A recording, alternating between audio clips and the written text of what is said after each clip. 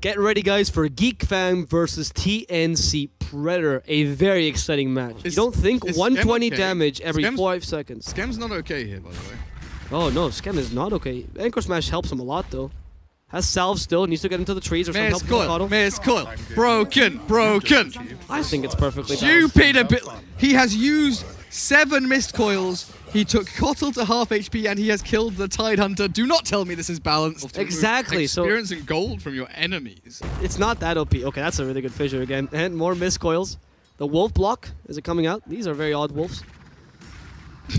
He's one more missed coil. He's gonna get it. He's gonna get it. The wolves are giving vision. That is so stupid. Goodbye. It's so stupid. There's AU and Tim's putting the pressure on pretty hard. Mid lane, they do go for the play. Storm Spirit dived upon by the Firefly and the Napalm. Stacks. MUSHI looks for the kill. Looks like he'll get it. And no return from the Earthshaker, even with that TP rotation. But I feel TNC should have the bounty runes on lockdown. They make a play onto MUSHI. Storm unable to capture the kill. Well, they shield and the heal from AU. They turn onto MUSHI. Now they grab him. And Cuckoo's arrival nearly looks for Zephyr, but...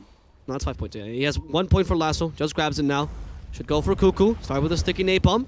Metamorphosis is committed, and yep, the Lasso is slightly in range. They get the kill on Cuckoo, and TNC will be losing their Nature's Prophet with GEEK Fam now able to push this tower down if they want to use the Metamorphosis for more.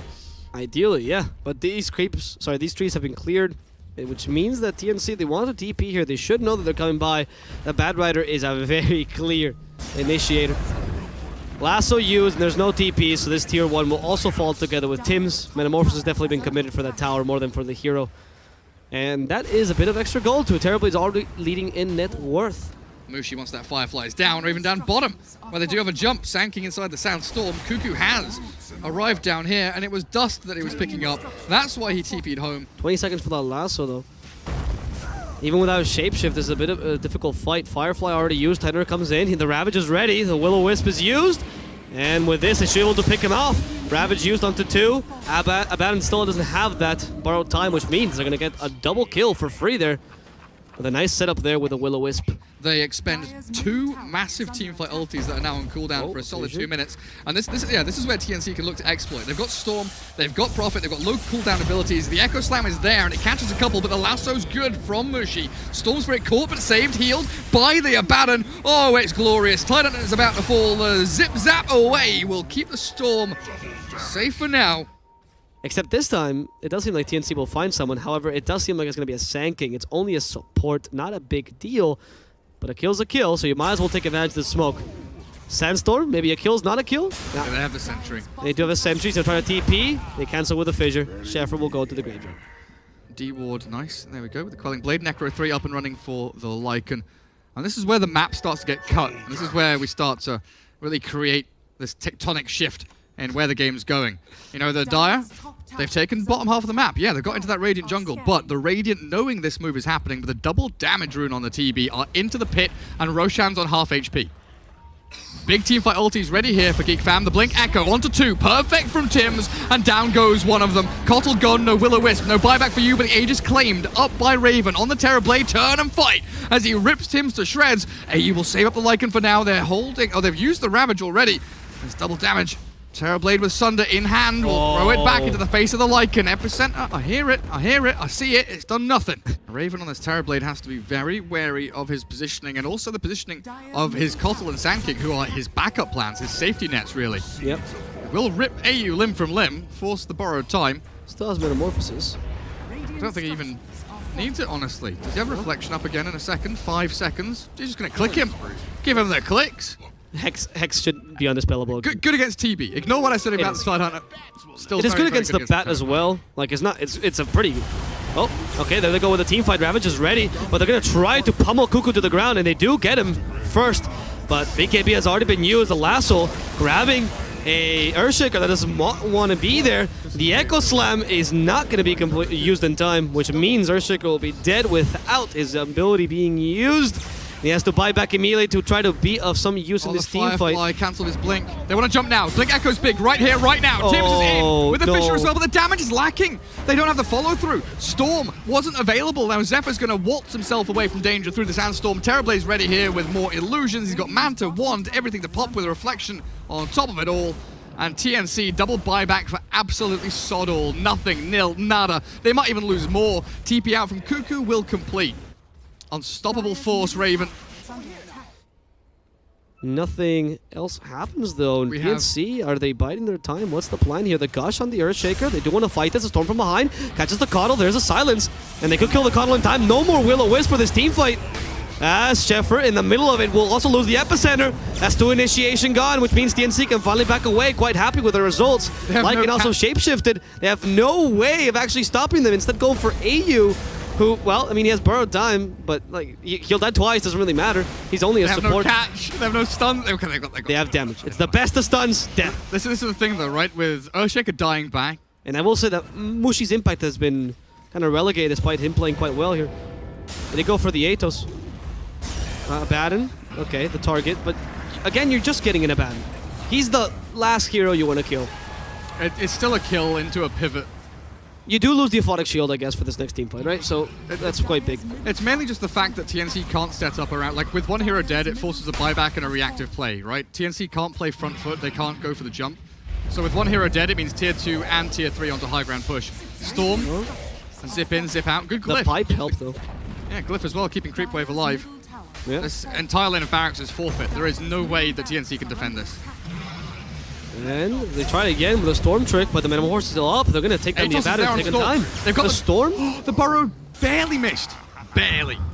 That was unfortunate. But they take down the Rax, so it doesn't really matter much. They're going to be able to destroy the tier 4s. What is GEEK fam doing? They can't close the game just yet, but maybe they just wanted to get a cheeky tier 4.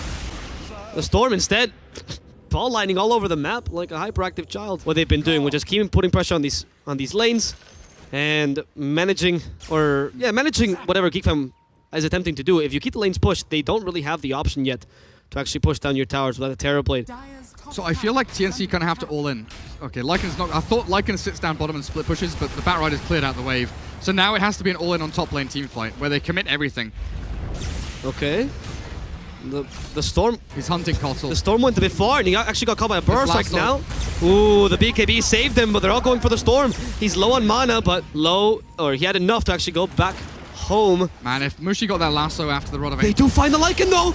In the middle of Shapeshift, they do double stuns, and they can actually destroy him in time! Was he backstabbing? 70 seconds without him! You're a Lycan. Oh no, Gabby, what just happened there? Apparently They found Cuckoo as well. He was cooking. He was cooking there, and he went boom. He did go boom. He did go boom indeed. He went boom boom. Oh dear. Oh dear, Mr. Lycan. Oh, the same man. Second lane of barracks gone. Like, this is the thing. Oh, the Glyph. The Glyph. I kind of felt like they had to. Cuckoo is cutting wave mid and dying, by the way. Maybe yes, dying. Maybe definitely dying. For sure dying. He dead. Oh, Cuckoo. So here's the problem, right? I felt that TNC should have considered pushing the bottom high ground, and maybe they did consider it, and Batrider was enough of a deterrent. Because once the Radiant reaches their high ground top, you know that you're forced into a position where you have to fight them to defend not just your top lane of barracks, but you're defending the game. You're defending the entire game from being lost off of that one move, because Terror Blade is at the point where he is destroying you. Yes, you get a Coddle kill in the back. Oh, yes, you get a Blink Echo, but the Ravage is perfect. Skem is there to save the day. The BKB TB GG. comes out to play, and GG is called. GEEK fam. Looking good. Let's do a last camera analysis for the peeps that came by. Well, you look at GEEK fam. Magic damage, magic damage, magic damage, magic damage. Where's their physical? There's the physical. That's the setup. As you can see by Skem dying to the Miscoil. He's almost dead there. There's Fissure to finish him off. Jesus Christ. She has Haste Rune, so she's unkillable. That's how it works. This is a 2-man Burrow Strike at max. He can't get the 3. I don't even think he can get 2. He gets 1 on the Abaddon, but Abaddon can still deny himself. No, not with the Reaper's Scythe. Good job. And here with the help of Mushi. Nice hook, though, getting Skem. And they can't kill Felix just yet. Skem will go down. Felix actually evades that Split Earth, as you mentioned. So maybe that gives GEEK fam a bit more of a window. However, the Drow starting to catch up with their marksmanship. Now, bottom lane, we'll see an initiation. That ball getting saved by the Aphotic Shield there. And even a hook as well to help out this Earthshaker. Sheffer already wasted a burst, so he can't go any further. They have Song, however, and this is a really good Song setup. But they'll settle for a Pudge, apparently. Perfect use already. There's the Gust, stopping the Naga Siren from doing any song. This member Felix has Echo. not really going to work out. Now Reaper Scythe completely punishes Sam H as Mumiander denies himself. But Felix forced to use the Echo Slam before he dies, getting a kill though on Mushi in the process. All your allies out of danger. So Pudge, yeah, going into the hood after the urn. Oh, middle lane, there's a fight coming out where it seems like Raven wants to kill Banner, and he's very close to accomplishing it. Needs another ensnare, afraid of going any further. What he didn't know, though, and what we do know because we're the casters, is that they actually TP'd down bottom, so they actually had no chance of saving him. Now the Morphling stuck in the Static Storm, rooted up, and they can kill him with a Reaper Scythe, despite him morphing as much as he could into strength. Coming into the middle lane near the Ancients. They want to control this. A team fight going on, like you mentioned. Song of Siren to reset this team fight, but they don't quite catch now. Finally, Morphling, thank Christ, because Mushi was about to die. Epicenter's charged up, the Static Storm as well. The Pudge manages to deny himself, and they glimpse back Felix into that Static Storm, killing him off with a Reaper Scythe. Mumiander activates that bird time. He's going to survive this, no problem. As they manage to get the Rod of Atos onto Banner. Banner actually Hurricane Pikes himself to safety, and they go for Mushi. Quick kill with a shotgun. Because they left the Drow and the Morphling completely free in the team fight just to keep right-clicking away. You know, they focused on killing off the Abaddon, the Earthshaker, the Pudge. Okay, Pudge denies himself. That's a bit annoying. But why are you going on the Pudge in the first place? He's already expended Hook. Oh. He's already dragged someone into the middle of Yule. Surely your targets have to be the big cause. They will move in now with a counter-initiation from Felix, getting the Echo in, but Drow has fallen, forced to buy back. And GEEK fam, they are playing strongly now, pressing forward, getting kills. Earthshaker, Abaddon, and Drow all falling, and Roshan will be the prize that they claim.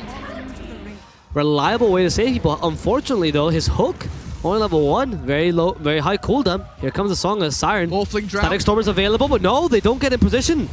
Naga actually cancels the Song to go for the Pudge again. Nice burst strike though with Epicenter as well. And that's going to allow them to kill a Drow. They root her up. Nice Gust though. And the Earthshaker manages to control this Naga Siren. Naga Siren not really quite clear on who she's going for. Static Storm just for the Earthshaker. Even though he already committed that Echo Slam. And Nico Baby, who has turned into a Necrophos, will manage to make it out alive as GEEK fam decides to instead go for the towers. Yeah, Edict is back up. Yeah, not the best at taking objectives at first, but they do guarantee at least his racks, which are super important for them, thanks to the Diabolic Edict and the fact that Naga is just so farmed. Try killing her with Scotty, it just seems impossible. They're gonna catch the Abaddon right now, and there he goes. Also murdered. Unfazed by this banner attack. Now the Hurricane Pike is back up so he can play a bit more aggressively. The route to stop him from doing so. And the racks fall, but at the same time Scam somehow gets hooked again. They hate to say him as a 4-staff though. He seems fine. He actually wants to fight the Pudge back. 30% is ready. Goes for the Abaddon instead. And Mumiander will go down. Nickel Baby unable. Drow Ranger. And he's going to get glimpsed back though. Ben-Hur completely caught off guard. Zephyr there with the Epicenter cancelled. No, not quite. The pressure is there, but it's never going to be enough to save you. And Necro, well, he's up on the cliff. They know the Earthshaker's somewhere. They're just missing him right now. They even use this ward. Felix still trying to surprise. Mushi knows the only place where he might be. Catches finally Felix. And there's no blink for him as the Pulse Nova cancels. Echo Slam has to be used, but it's just not a good Echo Slam. The GG is called. Yep. Where's Gaming knew? They called GG as soon as they scouted that Earthshaker. Yep. Called GG, they knew there was no chance in hell. GEEK fam are your winners in this best of one. And